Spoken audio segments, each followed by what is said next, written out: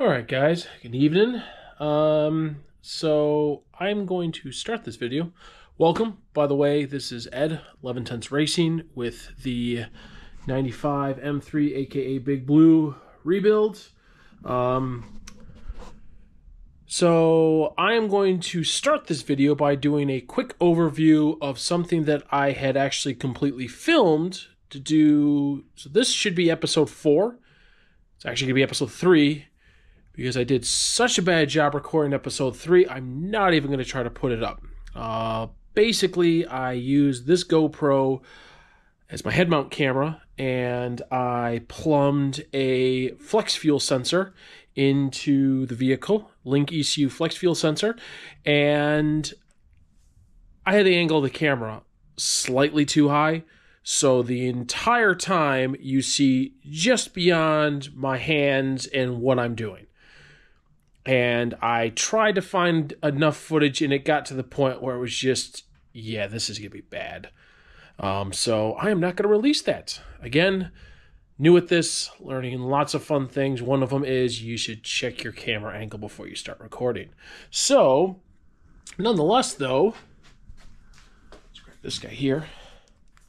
Turn it on. You can guys at least see the end result. All right. So, right there is my fuel pressure regulator. It's an S54 system filter, and then that little brown connector right there, that is my Link flex fuel sensor that is plumbed into the fuel line. The wiring's got to get all secured, so it's dangling a bit. But then we ran and made a harness right here. Got it all nicely taped up. We've got 3 wires. We've got power, ground, and signal. Don't mind the colors. This is what was available at AutoZone when I needed wiring. And that's going to get spliced into our Link ECU. Also, don't mind the colored ribbon band cabling. It works beautifully in the connector that's on the ECU itself. It was in my spare stuff. It's going to do the job greatly. So, there's a recap of the last episode. Again, apologize. Promise at some point I'm going to get a system that's going to work great, but nonetheless, we're going to keep at it. So today, we are going to work on right down there. Now, you've seen a few times where I spent a lot of time and bashed up my hand removing the old crank dampener. That is this guy, which is now sitting right over here. So this is the previous. This is an ATI Super Dampener with a custom AC pulley on the front and custom hub dampener connected to the rear. This is all bolted together. GDM engineering at its best. Well, because we are going for 8,000 plus RPMs, we have to go with a different setup. And what we've got right here is ATI's better setup, I guess you could say. So we're going to kind of hopefully stick this together. So here is upgrade. So as you can see, we have a much larger dampener. It's front mounted, single pulley, hence I can't run an AC pulley with this setup. And you also see this nice trigger wheel on the back. So here I've got it all kind of undone. Hold on, I need 2 hands for this. So, there we go.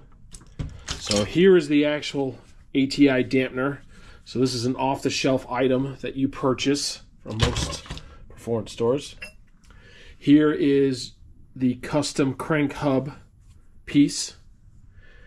And here is the custom pulley and trigger wheel. You'll notice there's 2 trigger wheels. This is Travis's test one. He ships them together to make sure this one doesn't get damaged in transit. This is a much lighter one. So you notice this trigger wheel. Well, that's because with the Link ECU, I may have mentioned, this is probably from the deleted episode, I have to convert the car back to OBD1. It's a requirement for the ECU. You have to run that harness, sensors, etc. Well, these cars on OBD1, so on OBD2, the crank sensor's buried back there. OBD1, it's right here at the front. So you have to have a trigger wheel for that to pick up versus the one in the back picks up off the back of the crank inside the engine. So that's why we have a trigger wheel. So what I'm doing right now is I've just bolted this trig wheel up and Loctited it to exact specs Travis wants, and he's very specific on letting the Loctite sit overnight so that it will stick, so that does not come loose. So plan of attack is, so this guy, even though, so this has actually been machined very slightly more than the other one, because if everyone watched that video, you'll know how hard it is. Now, the fact that I can get this thing at all to feel like it's going on there is a big plus. See, I can actually get it to stick. So that's good. It means it's going to go on a little bit easier than the other one. This should not be easy. The point of this is supposed to stay on. So what we're going to do is we're going to chuck this sucker in the oven for 220, about a solid, 20, 25 minutes, get it nice and toasty. No, I mean, legit, we're going to throw in the oven at 220, leave it in there about 20, 25 minutes. It's going to expand the metal just enough that we will be able to get it to get enough on that we will be able then to press this the rest of the way on. Now, it'll be a little bit difficult because obviously versus the other one where everything bolted to the front of this piece, I have this nice bit that's got to go on the back. Hence that I've got all these paint marks so that I can make sure that even from looking the front here, because this piece bolts for the front. So basically, I have to mount this guy on, and with all those on, I've got these long bolts that are going to bolt all the way through to the rear pulley through here, and then the smaller bolts will bolt the dampener to the front. So it's going to require, so basically I got to just chuck this in the oven using oven gloves, get this guy to seat on the back here, and then get this on, and then press it on. We're probably going to get some help with this, so in the next couple of shots you'll probably see my buddy Clint over here giving me a hand.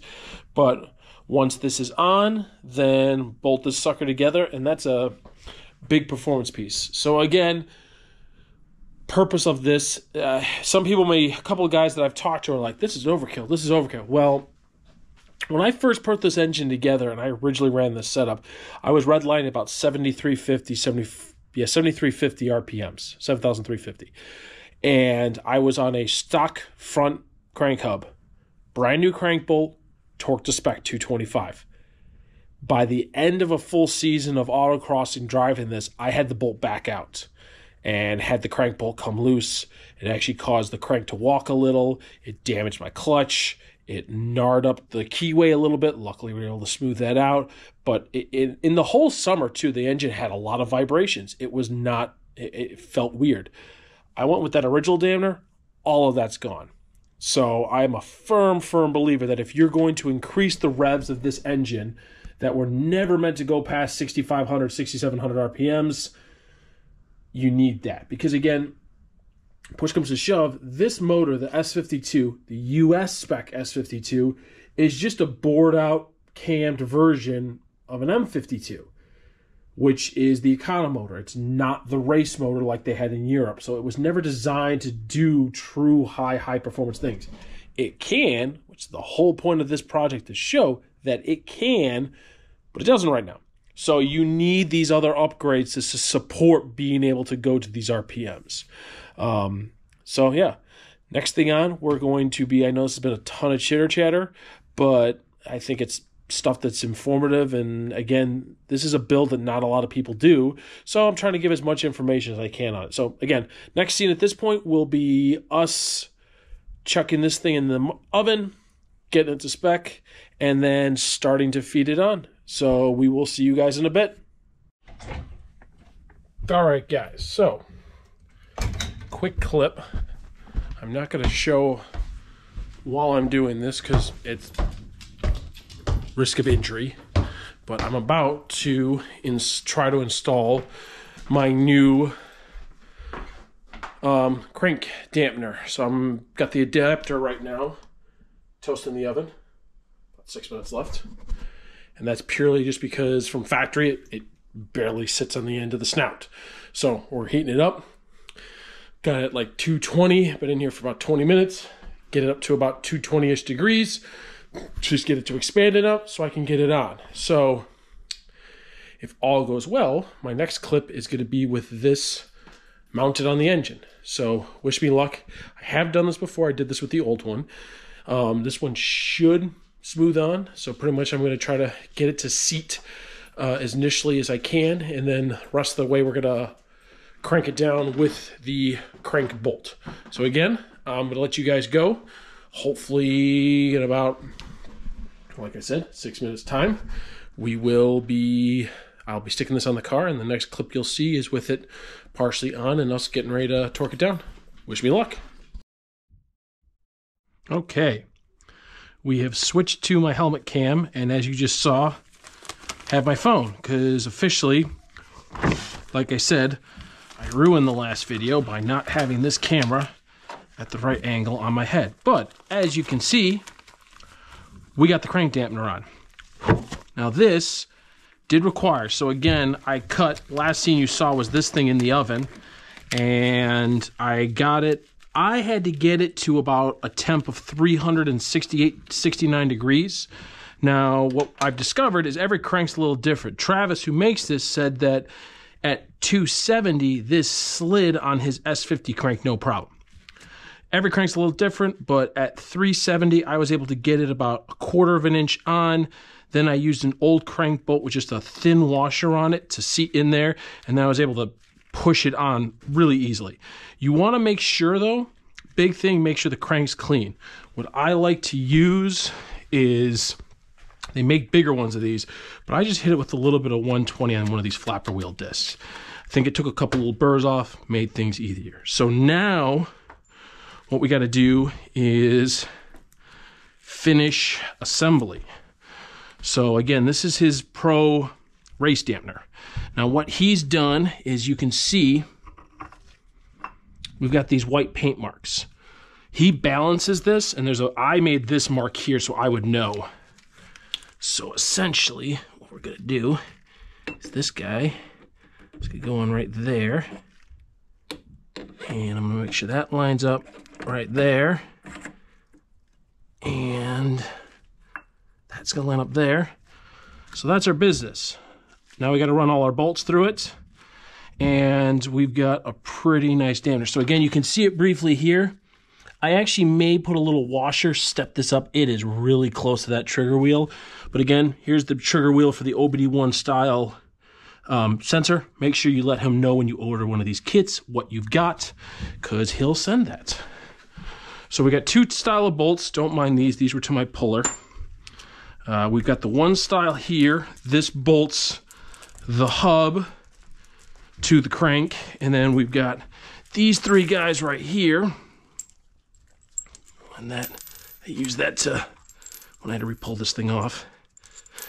We got these 3 guys that are going to feed through these holes. Oh, nice. And I got it lined up nice. So as you can see, the back, these feed to the back. So get these guys all nice and snug. There we go. Bit of wiggle. All right. And these are going to be an 8mm, which I got a nice ratchet wrench sitting right here for this.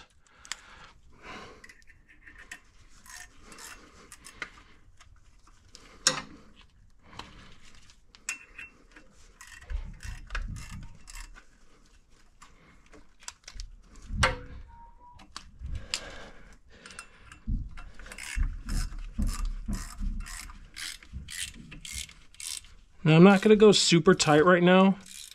I'm just going to kind of snug everything down just so I can get everything to seat nicely.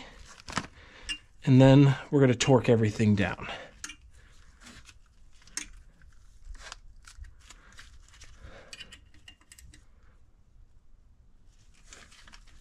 There we go. A little bit of tension as everything lines up.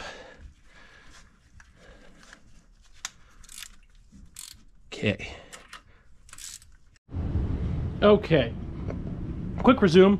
So one thing I missed, some of you may have been screaming at comments, whatever, Loctite. So it actually says it on the dampener itself.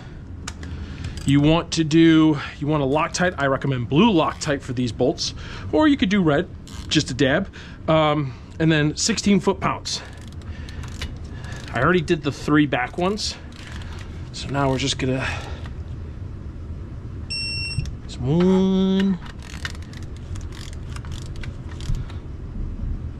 2, 3, 4.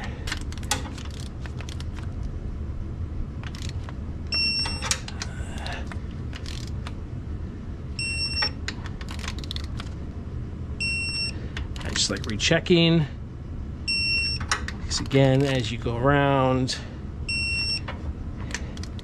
it makes seat just a little bit nicer.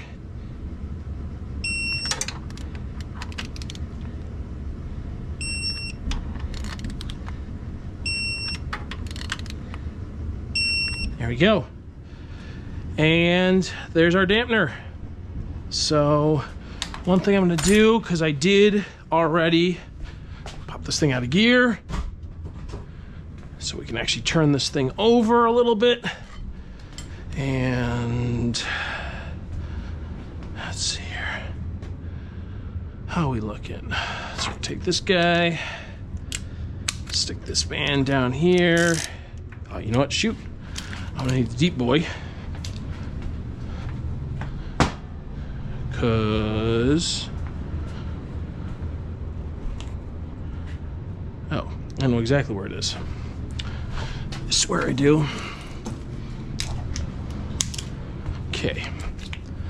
So what I like to do now, trigger wheel's not hidden. This thing's turning perfect.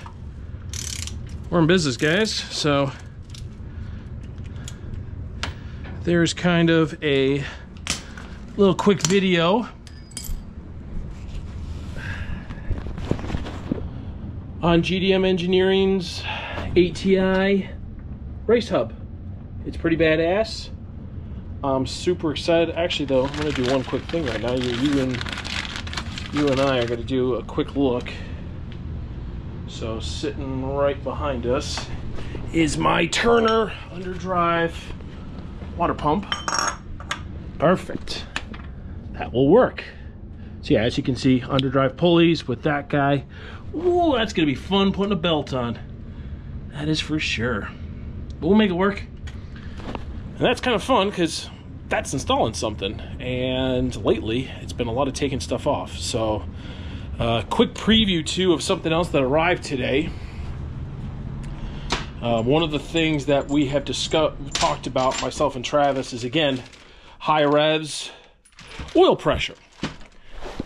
We have here an upgraded internal oil pump where you can see I got to tighten it down still, but it's got a turn-on nut versus the spinning nut, so you can actually Loctite that on and it's not going to go anywhere. It's upgraded internals.